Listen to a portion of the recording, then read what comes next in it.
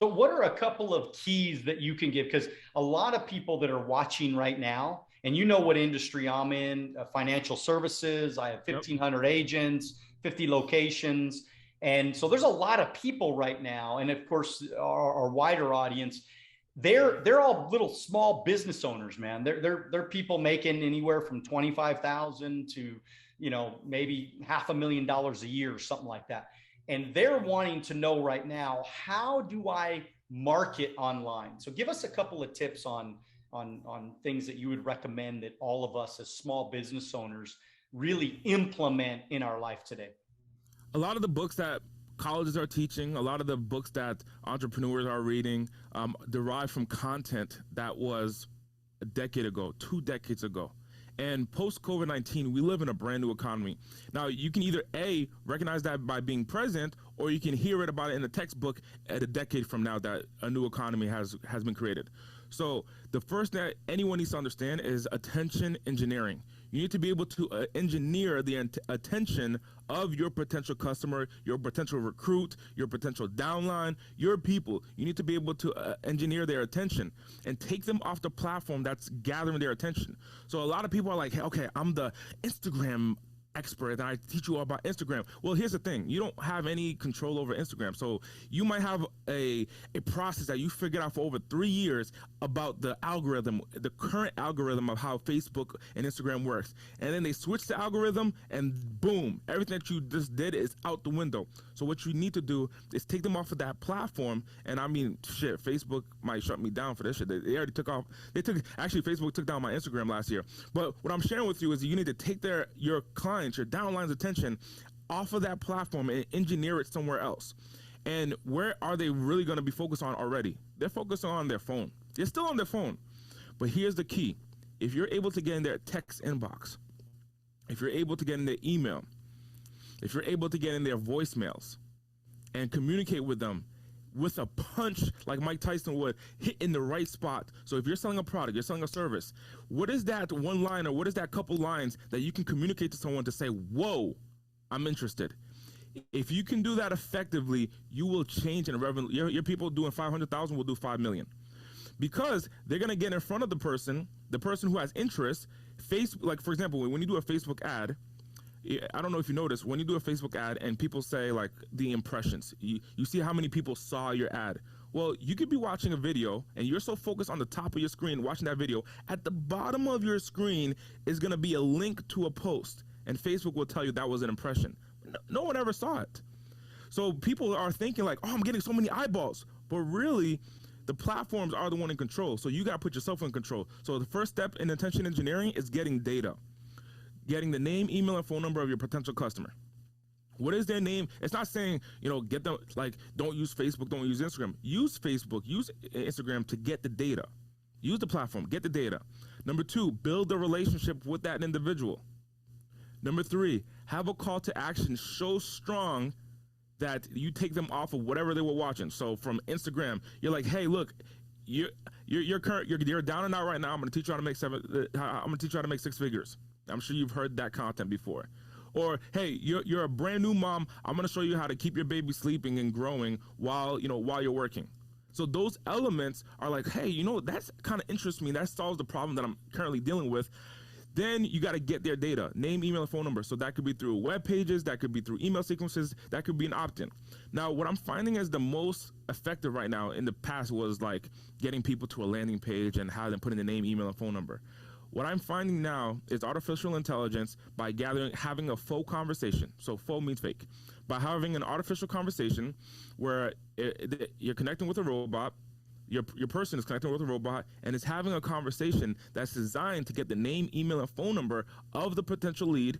Maybe ask them a few survey questions like what state are they from, what is their current income, what is their financial goal. Gather all that information, put that into a customer profile, and then from that customer profile, you can now market to them and give them the right solution for their current challenge.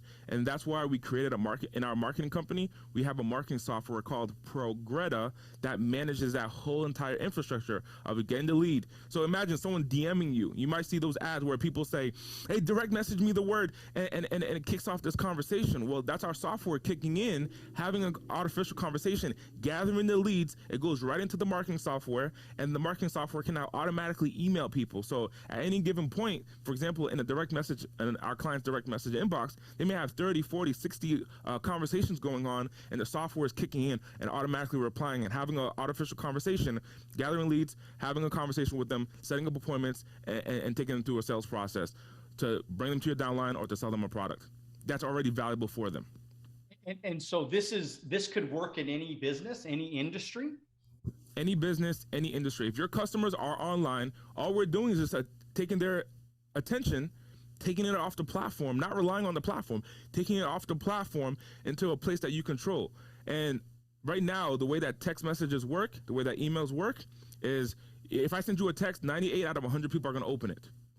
If I send you a DM, Daniel, it's going to go in your request bucket, and you're not even going to see it for a couple of weeks, a couple of months. So with text messages, you're able to get right to them, right in front of them, and have that conversation and go back and forth with them. And it feels, it feels personable. Their name gets attached to it, their current email, and you can configure the software to say, hey, I noticed that you're from software, enter state here. Hey, I noticed you're from New York. And it will do all of that for you. And your customer, your downline, your recruit is going to be like, hey, I feel like this person knows me, until it brings them to an appointment. And then on the appointment, you can have in your system, like in my computer here, I have multiple screens. You can then look into the software and say, oh, this person's from New York. This person is interested in this. This person is interested in that. And now you can gear the conversation for them in the right direction. That's pretty awesome, dude. I mean, very, very exciting. This is what I've been telling people for years and years and years. This is the wave of the future. This is how we go from the Stone Age to the real future. Is what you're talking about is, instead of these 1 and 2 sales at a time, to create something that generates massive amounts of sales all the time. Because I mean, the truth is there's 400 million people in the United States and Canada. Our product, your product, anybody's product is never, because, people tell me that all the time, I mean, throughout my career that, well, is the market going to be saturated, or, does everybody have our product already? How come, everybody says we already know about the product? Well, that's just because you're talking with people in your own area. If you're able to venture out to the entire United States, this thing will never end. I mean, is any of that making sense to you, Andy? 100%. I think the biggest challenge in many businesses, if someone says the market is saturated, is that your customers don't buy when you're ready. Your customers buy when they are ready. Your customers, whether it's a downline recruit for them to purchase into the company, whether it's a person of interest of your product or service, they don't move forward until they're ready. So if it's a recruit, like in your business, if it's a recruit getting someone on your team and so forth, they may say, hey, I'm all corporate right now. But 6 months from now, their corporate job lets them go, and they're like, man, that guy who presented to me that thing, he was right. He was 100% right. So the market is not saturated. The people that aren't just, some people are just not ready. I remember when people say, no, it just means not now. Like when you're in a sales role, it just means not now. Come back 6 months from now, watch how their life changed and how much more they need your product. And because you're such an expert in your product or your service, you're already thinking, 5 months ahead. You're already thinking 10 steps ahead. They just currently right now in the present. So you have a solution that's for them. So that's why we use digital marketing to stay top of mind. So that'll be the next thing after attention engineering is stay top of mind. That when someone comes into your marketing funnel, or they come into your DM, you stay top of mind with that individual. Right? Stay top of mind. Get in front of them and stay on their mind. So that way, if it's for your business or if it's for my business, when someone, for example, I know what your industry is, right? So when someone is looking for a money-making opportunity and they say to you, hey, not right now. I'm not interested right now. I'm not interested in none of that woosha that you're doing. Okay, well then, because they feel like they are safe in their corporate job. Well, 6 months down the line, because of COVID and the impacts and the negative impacts, hey, I'm sorry, your department is being furloughed or your department is being laid off. And at this point, they know that it's time to become an entrepreneur and do their thing. Well, at that point, instead of them going to Google, how do I become an entrepreneur? They should have already been receiving your text messages. They should already be receiving your emails. So now when they say, hey, I just got a text message or an email from my company that says I'm being laid off, they instantly go to you and say, hey, I want the opportunity. I'm interested and I got to go all in on it because I got to take care of my family. So not right when people say no, or you think the market is saturated, is because not enough people are hearing about you. In today's day and age, there is so much noise that the natural response is no, just to feel a little bit okay. So you as an entrepreneur, you got to build a little bit of a skin that's thicker than what was done before COVID. You got to build a thicker skin. However, the people who are going to win in 6 years, 7 years, 8 years, the people who are going to win, who not only have that thick skin, but also have that process that doesn't take them a bunch of time, a bunch of energy, and a bunch of money. If someone says no to my artificial intelligence machine that's doing the sales and marketing for me, do I really feel the emotion of it? It's a software. So I get it off my plate and I automate. And I invite your audience to do the same thing. Get it off your plate and automate that process and just focus on the cream that rise. Because the people, for example, the people that I noticed that who are utilizing this technology, they're getting on sales appointments, they're getting on home presentations or kitchen table presentations with people who are like, I was already sold before you got in here. I'm already interested. I'm ready to go. And I let my software and the tools cut through that white noise that our economy is feeling right now of so many different opportunities, so much different information. So in order to cut through, persistence is the key. So the way that you persist is that you have software and tools do the work. You don't do it.